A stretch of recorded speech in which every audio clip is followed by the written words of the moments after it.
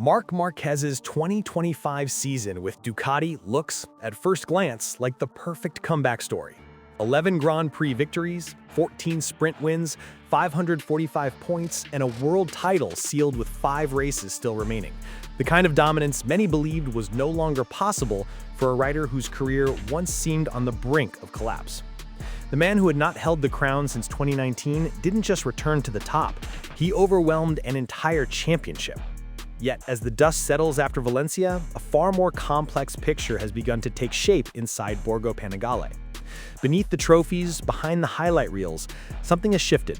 Emotional burnout, a fragile physical condition, tense contract negotiations, pressure from above, a motorcycle that seems built for one superstar and no one else, and a resurgent Honda waiting patiently for 2027, all of it has created an unsettling question. How stable is the foundation beneath MotoGP's newest champion? To understand the tension inside Ducati today, you first have to understand just how strange this title felt for Marquez himself. At 32, he finally claimed his first Premier Class championship in Ducati Red, the 7th MotoGP crown of his career, and the one that confirmed he had conquered every doubt that had followed him since 2020. But instead of the explosive joy that had defined his previous triumphs, Marquez felt something entirely new. Speaking at the premiere of a DZAN documentary, he admitted, "It's the first time I've won a championship and felt empty." He explained that when he wrapped up the title in Japan, there was no thrill, only exhaustion. In Indonesia, he didn't feel like climbing onto the bike. In his previous championships, each victory had only made him hungry for the next one. This time, the emotional release after years of surgery, pain, and doubt left him hollow. It was a chilling confession from one of the fiercest, most relentless competitors MotoGP has ever seen. And then came the physical reminder that his battle wasn't over. At the Indonesian Grand Prix, Marquez suffered a complicated shoulder injury after a first-lap collision triggered by Marco Bezzecchi. Yet even while admitting he had felt empty, he insisted he had not lost the fire.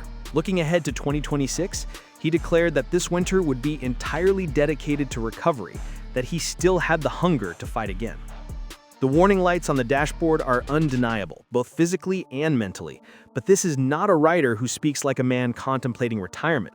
If anything, he seems determined to fight even harder, and that determination is exactly where Ducati's internal storm begins.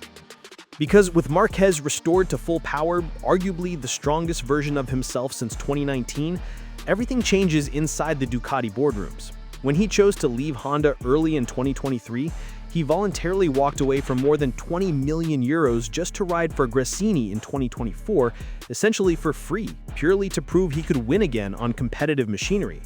The gamble paid off. He earned his way into the factory team for 2025 on a surprisingly modest base salary of around 3 million euros, reportedly less than Francesco Bagnaia and far below Fabio Quartararo's estimated 10 million euro package. But Marquez's contract was built around performance bonuses, and he activated nearly all of them. 11 GP wins earned him over 2 million euros. The world title added another 2 million euros. By the end of the season, he had earned around 7 million euros, much closer to what a rider of his status commands. And Ducati knows the truth. In pure performance terms, Marquez is now the undisputed #1 in MotoGP. The problem is that his value has skyrocketed at the exact moment Ducati's financial environment has tightened. Parent company Audi saw sales drop in 2024, leading the group to impose budget containment measures that will remain in place until at least 2026, right when Ducati must negotiate contracts for 2027 and 2028. At the same time, Ducati's road bike division has struggled with weakened sales in the United States and China, and new US tariff policies under President Donald Trump have hurt exports even further. So Ducati suddenly finds itself in a paradox.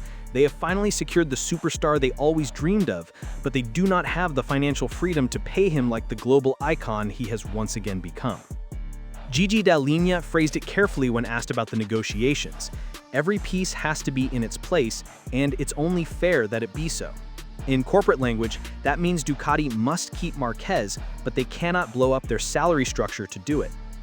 The real complication is that Ducati isn't just negotiating with Marquez, they're negotiating with the entire grid. Every Ducati rider's contract expires at the end of 2026.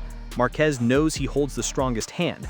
Ducati knows they cannot lose him. but they also know they can't afford two megastar salaries, a third rising talent, and a development program shaped entirely around one rider. And the internal tension is already visible inside the factory garage. Francesco Bagnaia has just endured his worst MotoGP season since 2020. He scored only 288 points, claimed just 2 Grand Prix wins, 2 sprint wins, and ended the year with 6 DNFs in his final 7 races, a bruising collapse for a 2-time world champion. While Bagnaia fought to salvage results, Márquez sealed the title with 5 rounds to spare and then watched the final races from home as he recovered from injury. Bagnaia has been publicly clear about his future. He wants to stay with Ducati long-term, ideally until retirement. He's a loyalist, the rider who restored Ducati's championship legacy in 2022 and 2023. But his future now depends on whether he can rediscover his peak form in early 2026 and whether his salary demands fit into Ducati's new financial reality. As journalist Simon Patterson put it, if Bagnaia shows up at Sepang or Buriram testing and immediately looks like the old Pecco, Ducati will renew him instantly. If not, the paddock whispers are already circling. KTM's Pedro Acosta is being quietly viewed as the favorite to take that factory seat for 2027. Ducati's budget squeeze and rider lineup instability means someone will lose out. There is another layer to Ducati's troubles, one that goes beyond contracts or budgets. The GP25 itself has become a symbol of Ducati's internal imbalance. In 2025, Márquez was the only GP25 rider able to consistently win on the bike. Bagnaia and Fabio Giannantonio never truly mastered it, while Alex Márquez, riding an older spec Ducati, actually scored more victories than Pecco. That raised urgent questions about the development direction. Former LCR Honda sporting director Oscar Haro, who worked closely with Márquez during his Honda era, believes Ducati has fallen into the same trap Honda did. He explained that Márquez is so extraordinarily capable that he can hide the flaws of a motorcycle rather than expose them, and that while this is good for Márquez, it can be dangerous for overall development. Even Dall'Igna admitted that Márquez can make things work that a normal rider simply cannot.